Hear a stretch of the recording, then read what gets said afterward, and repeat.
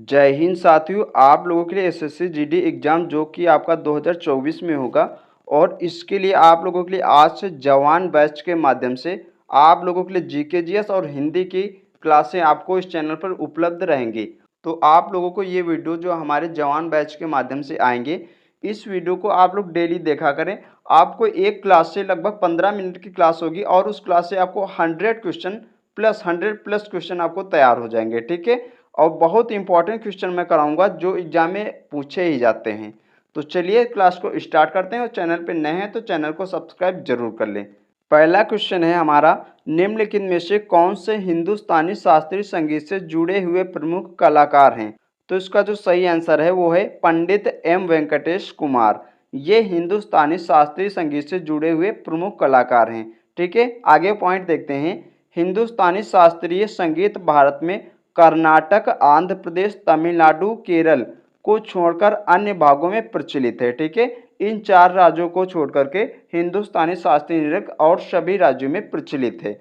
और कर्नाटक संगीत की रानी कहे जाने वाली एम सुब्बालक्ष्मी को संगीत के क्षेत्र में सर्वप्रथम भारत रत्न 1998 में दिया गया था। ठीक है, आपको यहीं से पूछ सकता है कि कर्नाटक संगीत की रानी किसे कहते हैं? एम सुब्बालक्ष्मी को कहते हैं और संगीत के क्षेत्र में इन्हें सर्वप्रथम भारत रत्न 1998 में दिया गया था। ठुमरी की रानी गिरजा देवी तथा गजलों की रानी बेगम अख्तर को कहा जाता है। ये भी आप लोगों को ध्यान रखना है। हिंदुस्तानी शास्त्रीय संगीत के गायन के लिए प्रसिद्ध घरानों में से निम्न घराने शामिल हैं, जैसे कि आगरा, ग्वालियर, इंदौर, किराना और पटियाला घराना। हिंदुस्तानी शास्त्रीय संगीत तथा कर्नाटक संगीत में 12 प्रकार के स्वर होते हैं। ये भी आपके अभी एमटीएस का एग्जाम हुआ है उसमें पूछा था। ठीक है, हिंदुस्तानी शास्त्रीय संगीत तथा कर्नाटक संगीत में कितने प्रकार के स्वर होते हैं? तो 12 प्रकार के स्वर होते हैं। चलिए बढ़ते हैं एक और इम्पोर्टेंट क्वेश्चन की तरफ। अगला इम्पोर्टेंट क्वेश्चन है, तृतीय आंग्ल मैसूर युद्ध किस संधि के तहत समाप्त हुआ था? तो इसका जो सही आंसर है वो है श्रीरंगपट्टनम की संधि जो हुई थी 1972 में। इसके तहत तृतीय आंग्ल मैसूर युद्ध समाप्त हुआ था। अब आगे पॉइंट देखेंगे। तृतीय आंग्ल मैसूर युद्ध 1790 से 1792 तक हुआ था और इस युद्ध में निजामों ने अंग्रेजों का साथ दिया था। ठीक है, टीपू सुल्तान के विरोध में। चतुर्थ आंग्ल मराठा युद्ध जो 1799 में हुआ था, इसी युद्ध में टीपू सुल्तान की मृत्यु हुई थी। ये भी आपसे पूछता है कि टीपू सुल्तान की मृत्यु किस युद्ध में और कब हुई थी, तो आपको यही बताना है। ठीक है, हैदर अली की मृत्यु 1782 में द्वितीय आंग्ल मैसूर युद्ध के दौरान हो गई थी। अगला इंपॉर्टेंट क्वेश्चन है कॉमनवेल्थ गेम 2022 में किस बैडमिंटन खिलाड़ी की जोड़ी ने गोल्ड अपने नाम किया था? तो सात्विक साईराज और चिराग शेट्टी की जोड़ी ने कॉमनवेल्थ 2022 गेम में, बैडमिंटन खिलाड़ी हैं ये, इस भारतीय जोड़ी ने गोल्ड अपने नाम किया था। ठीक है, 22वें कॉमनवेल्थ गेम में 2022 ये बर्मिंघम इंग्लैंड में हुए। इसमें भारत को कुल 61 पदक प्राप्त हुए थे। 22 गोल्ड थे, 16 सिल्वर थे और 23 ब्रॉन्ज मेडल थे। ठीक है, वेट लिफ्टिंग में मीराबाई चानू ने स्वर्ण पदक जीता था। कॉमनवेल्थ गेम में भारत के लिए व्यक्तिगत रूप से सबसे अधिक पदक जसपाल राणा ने प्राप्त किया है।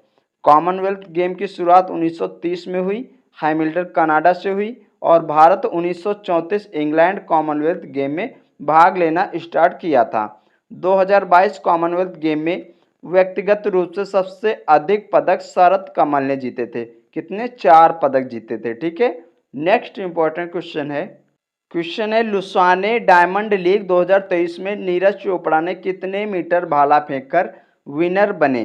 तो इसका सही आंसर था 87.66 मीटर भाला फेंककर लुसाने डायमंड लीग 2023 में नीरज चोपड़ा ने भाला फेंकर विनर बने थे। ठीक है, और नीरज चोपड़ा ने पिछले साल 2022 में डायमंड लीग में 88.44 मीटर भाला फेंका था। दोहा डायमंड लीग 2023 में 88.67 मीटर भाला फेंका था नीरज चोपड़ा ने। और टोक्यो ओलंपिक 2020 में 87.58 मीटर भाला फेंका था नीरज चोपड़ा ने। और टोक्यो ओलंपिक 2020 में एकमात्र गोल्ड नीरज चोपड़ा के द्वारा ही जीता गया था भारत के लिए। ठीक है, नेक्स्ट क्वेश्चन है राजा राम मोहन राय के द्वारा आत्मीय सभा का गठन कहाँ किया गया था? तो इसका सही आंसर है कोलकाता में 1854 से 55 के मध्य। ठीक है, राजा राम मोहन राय के द्वारा आत्मीय सभा का गठन किया गया था। राजा राम मोहन राय ने 1828 में ब्रह्म समाज की स्थापना की और कोलकाता में ही की थी। ठीक है, आर्य समाज की स्थापना 1875 में मुंबई में दयानंद सरस्वती के द्वारा की गई थी। प्रार्थना समाज की स्थापना आत्माराम पांडुरंग और महादेव गोविंद रानाडे के द्वारा 1867 में महाराष्ट्र में किया गया था। सत्यशोधक समाज की स्थापना 1873 में ज्योतिबा फुले के द्वारा महाराष्ट्र में की गई थी और रामकृष्ण मिशन की स्थापना 1897 में स्वामी विवेकानंद के द्वारा पश्चिम बंगाल में की गई थी। अगला इंपॉर्टेंट क्वेश्चन है भारतीय संविधान के अनुच्छेद 172 का संबंध किससे है? तो इसका सही आंसर हो जाएगा राज्य विधान मंडलों की अवधि से संबंधित है भारतीय संविधान का अनुच्छेद 172। राज्य में कार्यपालिका का प्रमुख राज्यपाल होता है, केंद्र में कार्यपालिका का प्रमुख राष्ट्रपति होता है। भारतीय संसद से संबंधित अनुच्छेद 79 है, राज्यसभा अनुच्छेद 80 में तथा लोकसभा अनुच्छेद 81 में निहित है। संविधान के भाग 6 में राज्यों की चर्चा की गई है, अनुच्छेद 152 से लेकर 237 तक। भारत के द्विसदनीय विधायिका वाले राज्य वर्तमान में बिहार, उत्तर प्रदेश, महाराष्ट्र, कर्नाटक, तेलंगाना और आंध्र प्रदेश हैं।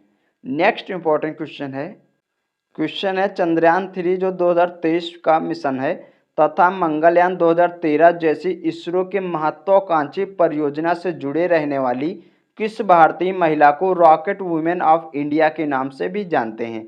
यानी कि आपसे पूछा है कि कौन सी वो भारतीय महिला है जिन्हें रॉकेट वुमेन ऑफ इंडिया के नाम से जाना जाता है। और ये चंद्रयान 3 मिशन जो 2023 में अभी लॉन्च हुआ था और मंगलयान 2013 में जो लॉन्च हुआ था उससे ये जुड़ी थी। ठीक है, तो इसका सही आंसर हो जाएगा रितु करिघाल। ठीक है, ये वैज्ञानिक है रितु करिघाल, इन्हें ये महिला वैज्ञानिक है और इन्हें रॉकेट वुमेन ऑफ इंडिया के नाम से भी जाना जाता है।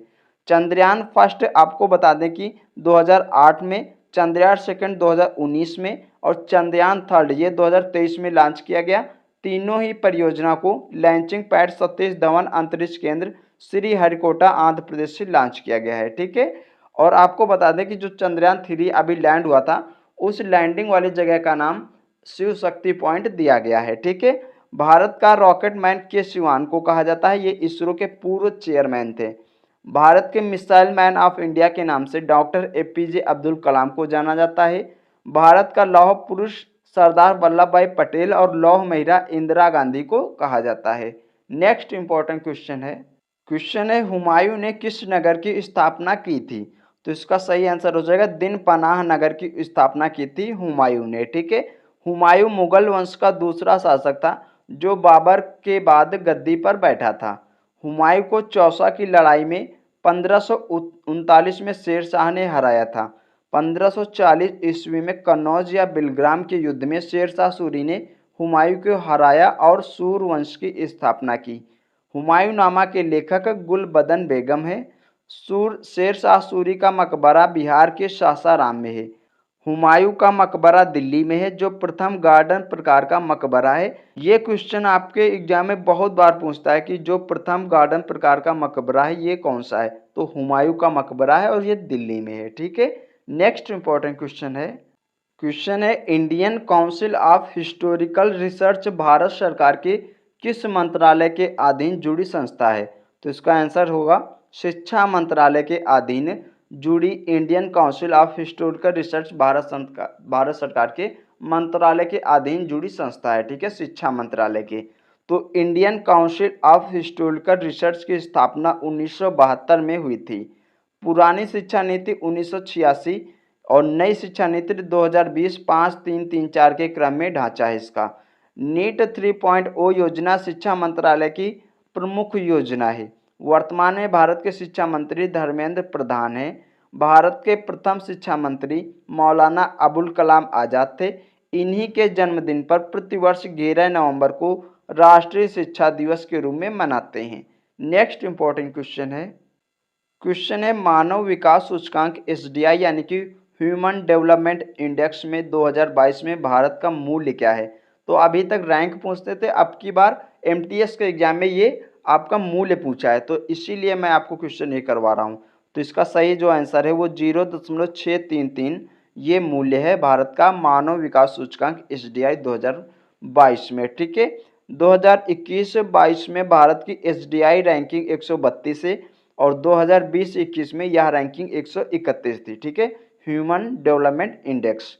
और भारतीय उपमहाद्वीप में सर्वश्रेष्ठ प्रदर्शन करने वाला देश श्रीलंका है जो 73वें स्थान पर है और इसका मूल्य है 0.782।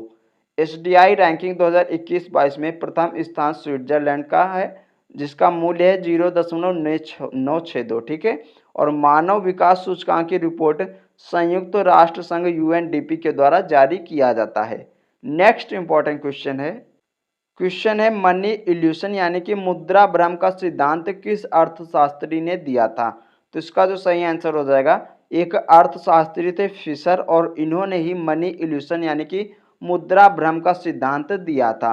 ये क्वेश्चन आपका MTS में अभी पूछा जा चुका है। ठीक है, मनी इल्यूशन का सिद्धांत इरविंग फिशर के द्वारा दिया गया था और मुद्रा प्रचालन का सिद्धांत ग्रेशम ने दिया था।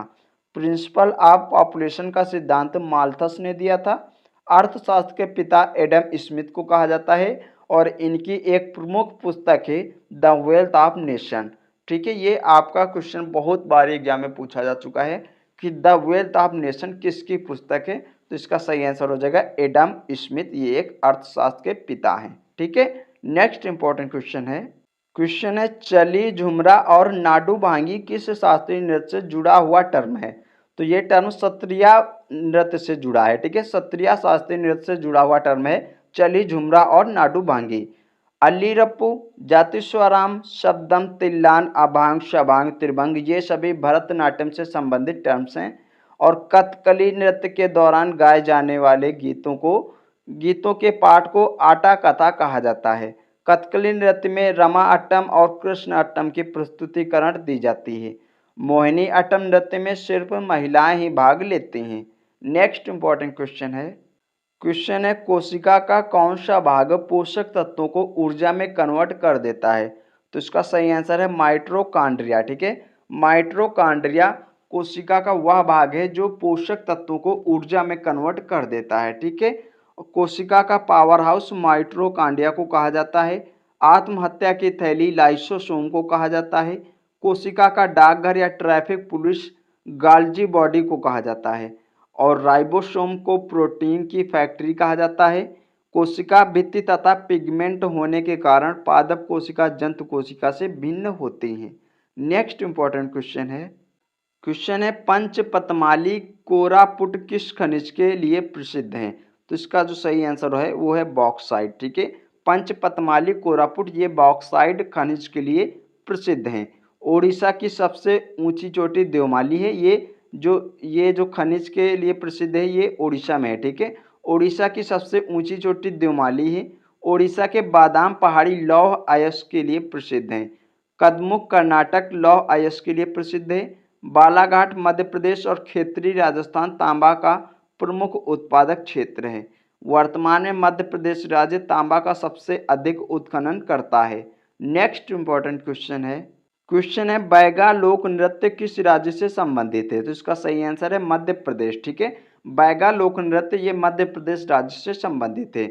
मध्य प्रदेश के अन्य त्योहार देख लेते हैं जैसे कि मालवा उत्सव, चेतियागिरी महोत्सव, खजुराहो महोत्सव, मांडू महोत्सव और माच डांस और मटकी नृत्य ये सभी मध्य प्रदेश के त्योहार हैं। ठीक है, कर्मा सुआ, राउतनाचा महोत्सव, सिरपुर महोत्सव, बस्तर दशहरा, सैला पंडवानी ये सभी छत्तीसगढ़ के प्रमुख नृत्य और महोत्सव हैं।